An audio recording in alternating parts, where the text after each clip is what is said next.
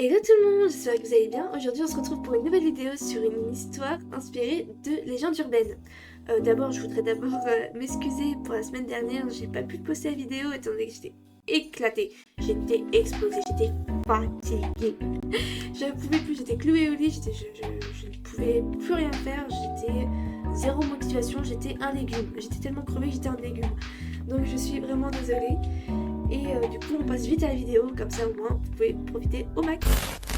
Alors déjà, cette vidéo, on va se retrouver au Canada, principalement au Québec. Et on va suivre l'histoire de Noémie. Noémie, une jeune Canadienne, 20 ans, fonctionnaire de mairie. Elle fait l'accueil à la mairie, c'est-à-dire elle accueille les gens, elle leur dit oui, bah vous êtes venus pour ça, bah soit vous venez là, soit je vous donne un truc, vous remplissez quelque chose, nanani, nanana, nanani, nanana. Et c'est un quotidien assez monotone et qui peut être ennuyant au long terme. Le truc, c'est que Noémie, elle s'acharne à son boulot parce qu'elle veut absolument décrocher une promotion. Vous voyez ce genre de personne qui est à fond dans son boulot, qui travaille énormément, mais c'est pour une promotion, pour se dire je vais être mieux payée. Vous voyez ce genre de personne? Bah c'était Noémie. D'habitude, Noémie finissait à peu près ses journées vers 17h. Qui c'est un peu pour une journée assez sympa parce que du coup elle commence à 8h, elle finit à 17h, c'est un peu comme le quotidien des collégiens, enfin en tout cas à mon époque, le quotidien des collégiens au collège. Mais le truc c'est que Noémie, le jour où on avait annoncé qui aurait la promotion, cette journée-là, elle ne devait pas y aller. Elle ne devait pas y aller. Tout lui disait reste chez toi, clouée dans ton lit. Déjà, pour commencer, elle se réveille, elle voit qu'elle est en retard. Il y a une sorte de pendule accrochée à son mur qui lui indique l'heure, en plus son téléphone. Mais son téléphone, qu'est-ce qui s'est passé? C'est qu'il a rendu l'âme. Il a rendu l'âme pendant la nuit. Et du coup, Noémie, quand elle a vu ça, déjà d'une, elle était dégoûtée parce qu'elle était en retard, mais en plus elle était dégoûtée parce que son téléphone il était tout neuf. Ça faisait même pas longtemps qu'elle l'avait, et en plus il avait coûté hyper cher. Elle se disait mais non, j'ai économisé au moins toute ma retraite pour ce téléphone, pour que ce soit bien parfaitement, pour qu'il tienne et tout, et pour qu'au final, qu'il rend l'âme aussi rapidement. Elle était déjà dégoûtée en allant au travail. Quand elle a voulu faire son petit déjeuner, encore une fois, ça tout lui disait reste chez toi. Elle se fait une tartine, la tartine tombe côté confiture. Elle se dit c'est pas grave, c'est une coïncidence. Elle refait une tartine qui finit grillée. Au final, elle a même pas mangé son petit déjeuner, elle est partie vite parce que sinon elle arrivait en retard. Sur le trajet, elle voyait déjà qu'il y avait des accidents. Son bus, il l'a ghosté. Elle a failli se faire écrabouiller par plein de choses, que ce soit des camions, qu'elle se ramasse un pot de fleurs, etc., etc. Tout lui disait ne va pas au boulot. Au final, elle arrive au boulot à peu près dans les temps. Et quand elle arrive, c'est là que le cauchemar continue. Ses employés, enfin ses collègues, commençaient déjà à la harceler un petit peu d'habitude, mais là c'était la goutte d'eau qui faisait déborder le vase. Elle ouvre la porte, elle se fait arroser par la fameuse blague du seau sur la porte, et après quand tu l'ouvres, bah, tu te finis arrosé. Ah ah ah, ah ah ah. C'est très très drôle tout ça. Bah non, c'est pas drôle, c'est un truc de gamin.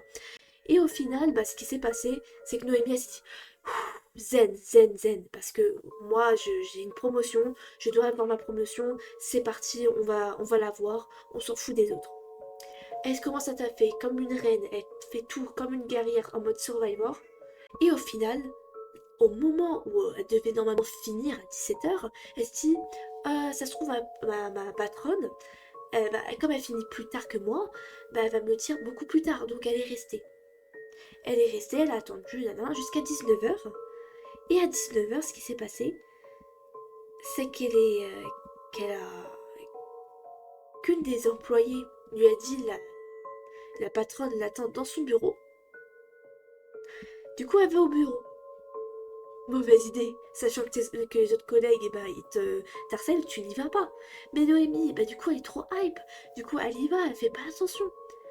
Et au final, elle se retrouve enfermée dans le bureau parce que les collègues voulaient faire une petite blague. Encore gamine, des gamines. Au final, Noémie, elle toque, elle frappe la porte et dit ouvrez-moi, ouvrez-moi, arrêtez, ça se fait pas, nanana. Et quand on lui a ouvert, c'était déjà d'une aucune, ni sa patronne, ni les collègues, c'était le concierge. Et le concierge lui dit est-ce que tout va bien, nanana. Et Noémie, elle lui demande alors c'est qui a eu la promotion, c'est qui? Et au final, il lui dit bah comme t'es pas venu, à la base ça aurait dû être toi, mais comme t'es pas venu, bah c'est telle qui l'a eu. Et cette telle personne, bah c'était son harceleuse, un peu la chef du gang. Elle était... Noémie a commencé à fondre en larmes de rage parce qu'elle se dit attends, j'ai vécu tout ça pour qu'au final ce soit cette pétasse qui l'a. Au final, elle a commencé à courir en direction de la sortie. Elle a commencé à courir sans regarder où elle allait. Et c'est là que c'est vraiment la descente aux enfers pour Noémie.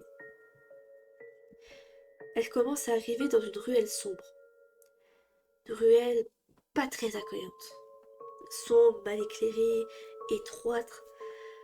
Elle se sentait pas bien, elle se sentait opprimée dans cette ruelle. Quand elle a repris ses esprits, bien sûr. La neige commençait à tomber, il faisait froid, elle commençait à avoir froid. Il faisait nuit. Et là, elle entend quelqu'un derrière elle. Elle se retourne parce qu'elle a peur, brusquement. Et là, elle voit une femme un peu plus grande qu'elle, en taille, qui s'approche vers elle. Elle se dit, ça se trouve, c'est pas quelqu'un de méchant, mais au cas où, on se méfie. Elle... Mais quoi qu'elle fasse, elle était paralysée. Parce que la démarche de cette femme n'était pas normale. Elle marchait un peu en titubant, en se rapprochant lentement. Et là, la femme était nez à nez avec Noémie. Elle portait un masque chirurgical, comme quand on avait le Covid.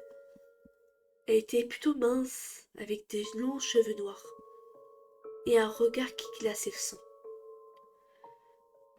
Elle a regardé Noémie, et elle lui a dit « Suis-je jolie ?» Une question assez bizarre, vous me direz. Noémie, du coup, elle ne répond pas, elle ne comprend pas ce qui lui arrive. Elle ne répond pas, elle préfère ne pas répondre.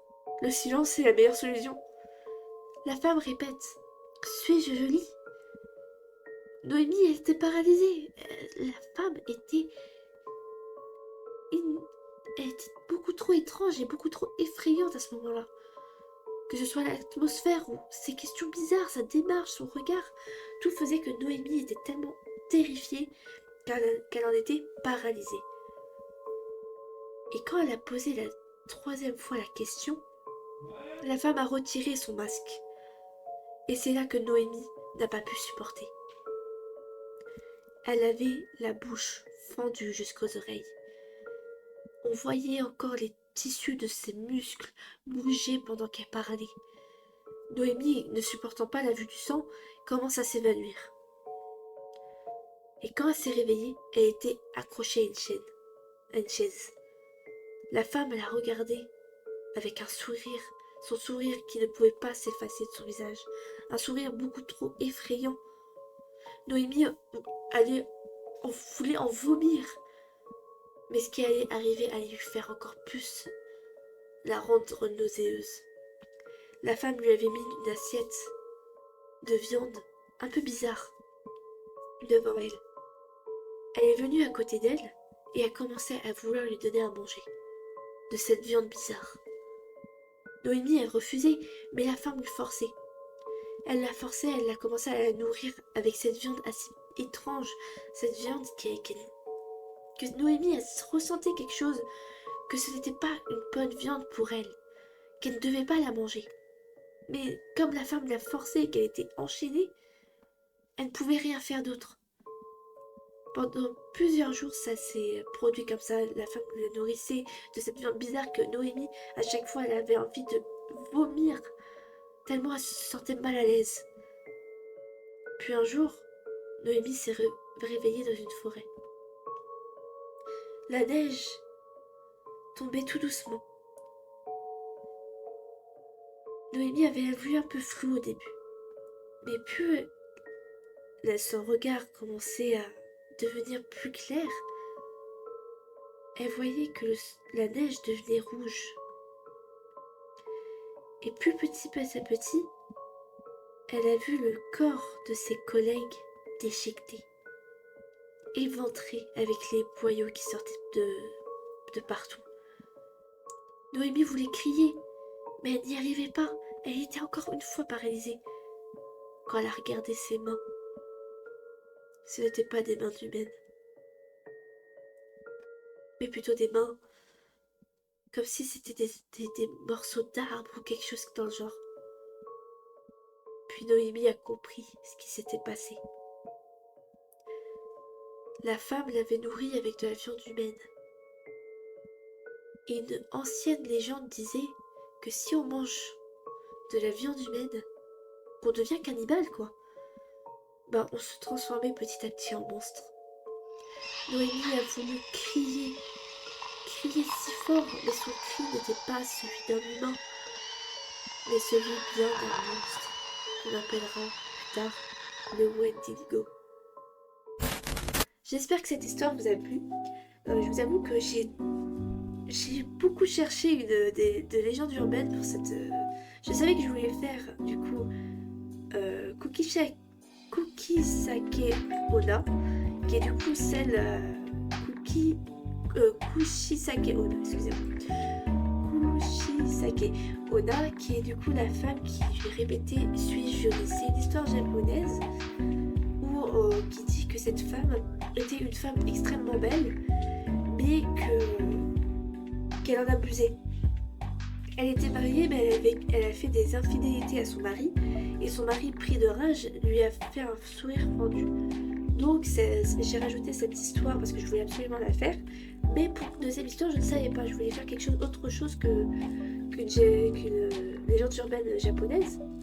Donc j'ai pris le Wendigo, on va considérer le Wendigo, j'espère que je le prononce bien, qui est du coup une légende urbaine canadienne d'une créature qui mange la chair humaine. Et que du coup, si on mangeait la chair humaine, on devenait un Wendigo. Donc voilà, j'espère que ça vous a plu et que du coup, ça vous a peut-être un peu fait peur.